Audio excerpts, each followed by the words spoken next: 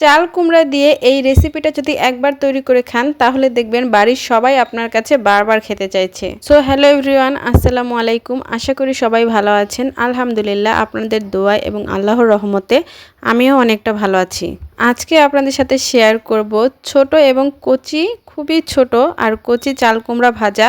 আজকে আমি কিভাবে এই চাল কুমড়াটা ভাজি করব সেটা দেখার জন্য অবশ্যই পুরো ভিডিওটা দেখবেন। আশা করি ভিডিওটা ভালো লাগবে। খুবই ছোট সাইজের একটা চাল কুমড়ো নিতে হবে। চাল কুমড়াটা যত সাইজে ছোট আর কচি হবে ভাজাটা কিন্তু খেতে ততই ভালো লাগবে।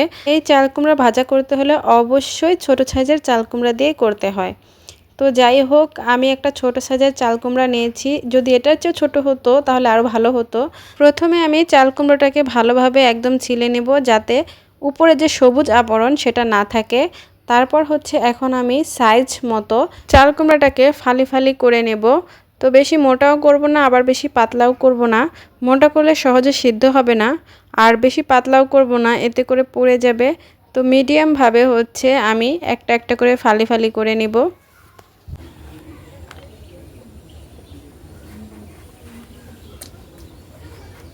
আমার চাল কুমড়াটা কাটা শেষ। তো এই কয়েক পিস হয়ে যাবে, যেহেতু বাচ্চারা খাবে না, শুধু বড় মানুষই খাবে, আমাদের হয়ে যাবে।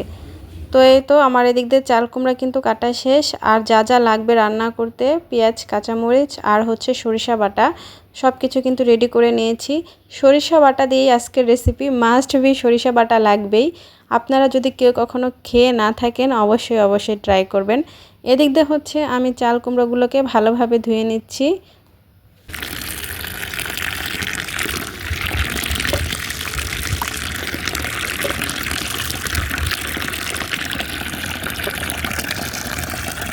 চাল কুমড়াটা আমার ধোয়া শেষ। তো দুইবারে ধুয়ে নিয়েছি। এখন হচ্ছে আমি এখানে মশলা মাখবো।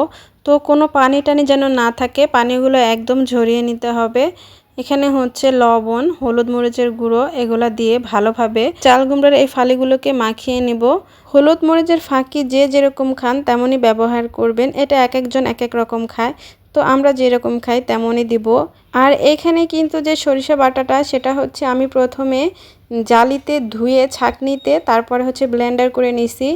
এটা হচ্ছে যদি আপনি অন্য কোনো পাত্রতে ধন তাহলে কিন্তু সরিষাগুলো পড়ে যাবে আর অনেকগুলো সরিষা অপচয় হবে। এই কারণে আমি হচ্ছে যে যেই ছাঁকনি দিয়ে আমরা চা ছেঁকি ওই রকম এক্সট্রা ছাঁকনি দিয়ে আমি সরিষাগুলোকে ধুয়ে তারপরে ব্লেন্ডার করে নিয়েছি।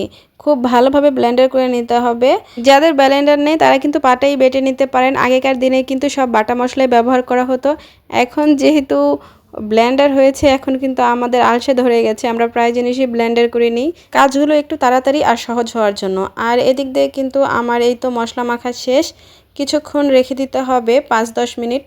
আর এই দিক দিয়ে হচ্ছে আমার চুলায় আগুন ধরে গেছে। আমি কড়াইটা দিয়ে দিয়েছিলাম আগেই। কড়াইটা যেহেতু গরম হয়ে গেছে এখন দিয়ে দিলাম তেল, আর তেলটাও প্রায় গরম হয়ে আসছে। এখন দিয়ে দিব এক এক করে সেই মাখা চাল কুমড়ার ফালিগুলো। আপনারা যদি বাসায় এই রেসিপিটা একবার তৈরি করে খান তাহলে বুঝতে পারবেন কতটা মজাদার একটা রেসিপি আর খেতে কতটা ভালো লাগে। আর যারা এইভাবে চাল কুমড়া ভেজে খান তারা তো জানেনই এর স্বাদটা কি। আর যারা জানেন না, কখনো দেখেননি, ফার্স্ট টাইম দেখতেছেন, অবশ্যই কিন্তু বাড়িতে ট্রাই করবেন, তাহলেই বুঝতে পারবেন এই চাল কুমড়া ভাজার স্বাদটা কি। যে কখনো চাল কুমড়া না খায়, মানে চাল কুমড়ার তরকারি না খায়, সেও কিন্তু এই ভাজাটা দিয়ে 2 প্লেট ভাত অনায়াসে খেয়ে ফেলতে পারবে। তো এটা কিন্তু অবশ্যই ঢেকে দিতে হবে। আস্তে আস্তে মৃদু জালে হচ্ছে চাল কুমড়োকে ভেজে নিতে হবে, তা না হলে কিন্তু সবগুলো চাল কুমড়ো পুড়ে যাবে। এই কারণে অল্প অল্প জালে ঢাকনা দিয়ে চাল কুমড়োগুলোকে ভেজে নিতে হবে।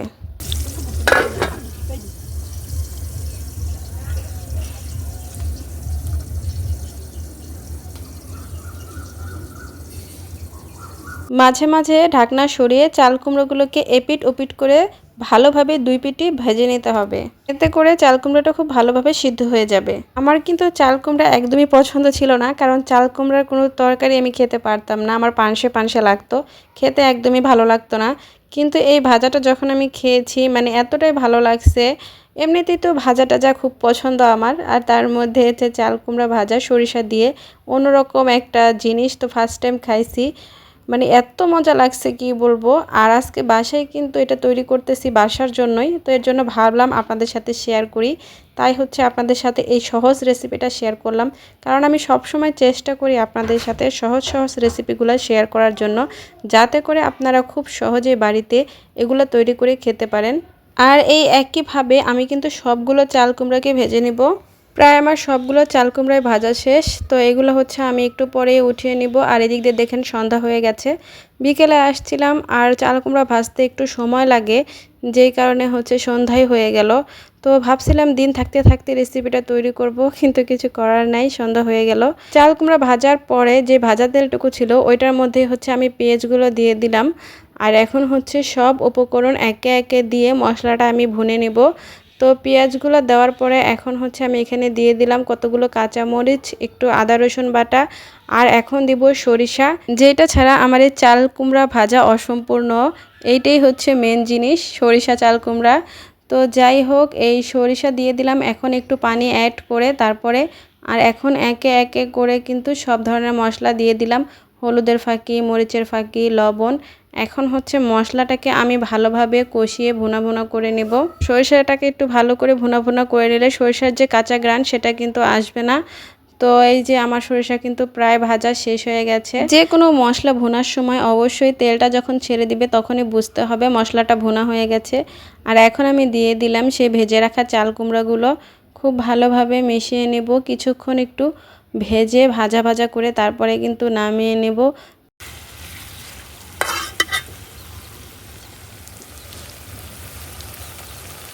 ফাইনালি আমার চাল কুমড়া ভাজাটা হয়ে গেছে, এখনই আমি নামিয়ে নেব।